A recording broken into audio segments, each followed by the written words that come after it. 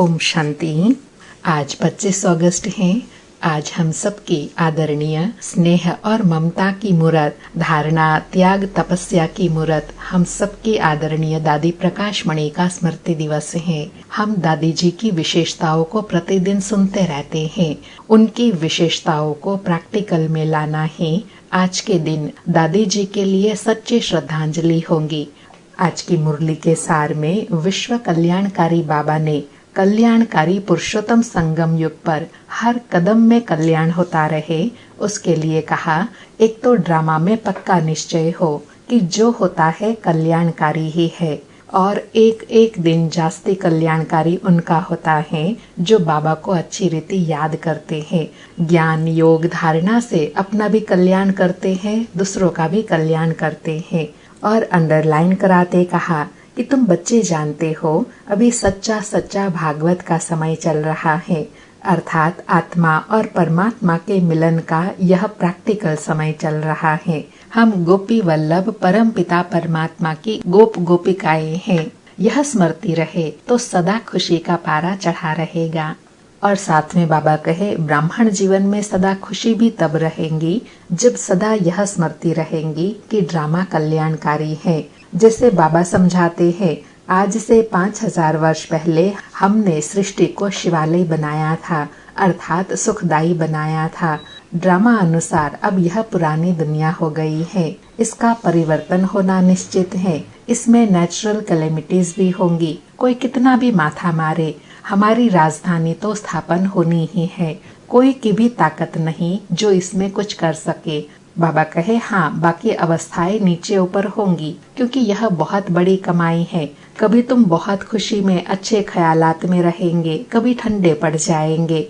यात्रा में भी नीचे ऊपर होता है ना, इसमें भी ऐसे होता है। यह सब स्थितियाँ देखते हुए अटूट निश्चय बना रहे तो खुशी रहेंगी। फिर स्मृति दिलाई कि तुम सब बच्चे चैतन्य परवाने हो। बाप को क्षमा कहा जाता है। क्षमा शिव बाबा कोई बड़ी नहीं है, एक बिंदी है। तुम आत्मा भी बिंदी हो, आत्मा में ही सारा पाठ भरा हुआ है। तुम बच्चों को ही बाप आकर समझाते हैं, आत्मा का रियलाइजेशन कराते हैं और नशा दिलाते कहा कि सुबह को उठ बाप को याद करने से बहुत खुशी होती है। अहो बाबा, भगवान हमको पढ़ा रहे हैं, वंडर है, सभी आत्माओं का बाप हमको पढ़ा रहे हैं, हम उनके स्टूडेंट हैं। फिर सेवा की युक्ति बताते कहा कि इस ज्ञान को एक कहानी के रूप में बताओ, बड़ी सुंदर कहानी बन जाएंगी। लॉन्ग अगो, 5000 वर्ष पहले यह भारत सतयुग था। तब कोई धर्म नहीं था, सिर्फ देवी देवताओं का ही राज्य था। उनको सूर्यवंशी का राज्य कहा जाता है। 1250 वर्ष लक्ष्मी नारायण का राज्य चलता है। फिर क्षत्रिय, वैश्य, शूद्र, ऐसे बाबा कहे, बहुत खुशी से बैठ कहानी सुनाओ। फिर कहा, बाबा कहते हैं, बच्चे मुझे याद करो तो तुम्हारे विक्रम विनाश हो जाएंगे। तुम्हें विकारों पर जीत पानी है। बाप ने ऑर्डिनेंस निकाला है, जो काम पर जीत पाएंगे वही जगत जीत बनेंगे। फिर स्मृति दिलाई कि बाबा कहते हैं, मैं बच्चों को ही पढ़ाता हूँ, कोई नए यहाँ बैठ नहीं सकते। इंद्रप्रस्थ की कहानी है ना, नीलम परी पुखरास परी नाम है ना, तुम्हारे में भी कोई हीरे जैसा रतन है। देखो जैसे रमेश भाई हैं, ऐसी सेवा की प्रदर्शनी की युक्ति निकालते हैं जो सबका विचार सागर मंथन होता है। तो हीरे जैसा काम किया ना। और लास्ट में भी ड्रामा के लिए कहा कि सारे ड्रामा को तुम बच्चे जानते हो, जो पास्ट हो गया सो फिर फ्यूचर होगा, फिर पास्ट होगा। तुमको कौन पढ़ाते हैं यह समझना है। हमको स्वयं भगवान पढ़ाते हैं। बस इस खुशी में ठंडे ठार हो जाना चाहिए, अर्थात खुशी में एकदम अंदर स्थैर्यम अवस्था बन जाए। बाबा की याद से सब घोटाले निकल जाएंगे। बाबा कहे, तुम बच्चों का विचार सागर मंथन चलता रहना चाहिए कि क्या युक्ति निकाले जो सबको अज्ञान नींद से जगाए। सुनते हैं प्यारे बाप दादा के अनमोल मधुर महावाक्य। आज बाबा कहे, मीठे बच्चे, कदम कदम पर जो होता है वह कल्याणकारी है। इस ड्रामा में सबसे अधिक कल्याण उनका होता है जो बाप की याद में रहते हैं। मीठे बच्चे, कदम कदम पर जो होता है वह कल्याणकारी है। इस ड्रामा में सबसे अधिक कल्याण उनका होता है जो बाप की याद में रहते हैं। आज मुरली से प्रश्न है, ड्रामा की किस नोंद को जानने वाले बच्चे अपार खुशी में रह सकते हैं? उत्तर में बाबा कहे, जानते हैं कि ड्रामा अनुसार अब इस पुरानी दुनिया का विनाश होगा, नेचुरल कैलेमिटीज भी होगी, लेकिन हमारी राजधानी तो स्थापन होनी ही है। इसमें कोई कुछ नहीं कर सकता। भल अवस्थाएं नीचे ऊपर होती रहेंगी, कभी बहुत उमंग, कभी ठंडे ठार हो जाएंगे। इसमें मूंझना नहीं है।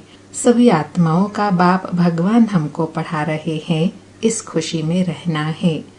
आज मुरली में गीत बजा, महफिल में जल उठी क्षमा परवानों के लिए, प्रीत बनी है दुनिया में मर जाने के लिए। सारी मुरली से धारणा के लिए सार है। पहला पॉइंट, सदा इसी स्मृति में रहना है कि हम गोपी वल्लभ के गोप गोपियां हैं। इसी स्मृति से सदा खुशी का पारा चढ़ा रहे। दूसरा पॉइंट, अभी तक जो कुछ पढ़ा है उसे बुद्धि से भूल, बाप जो सुनाते हैं वही पढ़ना है। हम भाई बहन हैं, इस स्मृति से क्रिमिनल आई को खत्म करना है, माया से हार नहीं खानी है। आज प्यारे बाबा का वरदान है, सेवा द्वारा योग युक्त स्थिति का अनुभव करने वाले रूहानी सेवाधारी भव। सेवा द्वारा योग युक्त स्थिति का अनुभव करने वाले रूहानी सेवाधारी भव। स्पष्टीकरण है, ब्राह्मण जीवन सेवा का जीवन है। माया से जिंदा रखने का श्रेष्ठ साधन सेवा है। सेवा योग युक्त बनाती है, लेकिन सिर्फ मुख की सेवा नहीं, सुने हुए मधुर बोल का स्वरूप बन सेवा करना, निस्वार्थ सेवा करना, त्याग तपस्या स्वरूप से सेवा करना, हद की कामनाओं से परे निष्काम सेवा करना, इसको कहा जाता है ईश्वरीय व रूहानी सेवा। मुख के साथ मन द्वारा सेवा करना, अर्थात मन मनाभाव स्थिति में स्थित होना। बाबा कहे, कौन सी सेवा माया से बचाती है? जो योग युक्त रहकर सेवा करते हैं, बाबा के ज्ञान का स्वरूप बनकर निस्वार्थ होकर सेवा करते हैं, त्याग तपस्या का स्वरूप होकर सेवा करते हैं। इसको कहा जाता है ईश्वरीय व रूहानी सेवा। आज का स्लोगन है, आकृति अर्थात शरीर को न देखकर निराकार बाप को देखेंगे तो आकर्षण मूर्त बन जाएंगे। आकृति शरीर को न देखकर निराकार बाप को देखेंगे तब आकर्षण मूर्त बन जाएंगे। अच्छा, मीठे मीठे सिक्के लधे बच्चों प्रति माता पिता बाप दादा का याद प्यार और गुड मॉर्निंग। रूहानी बाप की रूहानी बच्चों को नमस्ते। हम रूहानी बच्चों की रूहानी माता पिता बाप दादा को याद प्यार गुड मॉर्निंग और नमस्ते नमस्ते। आज के अव्यक्त इशारे हैं, सहज योगी बनना है तो परमात्मा प्यार के अनुभवी बनो। बाबा कहे, बाप दादा का बच्चों से इतना प्यार है जो समझते हैं हर एक बच्चा मेरे से भी आगे हो।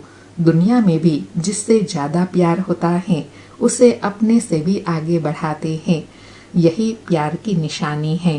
तो बाप दादा भी कहते हैं, मेरे बच्चों में अब कोई भी कमी नहीं रहे, सब संपूर्ण संपन्न और समान बन जाए। यही परमात्मा प्यार सहज योगी बना देता है। अच्छा, ओम शांति। शुक्रिया बाबा, शुक्रिया।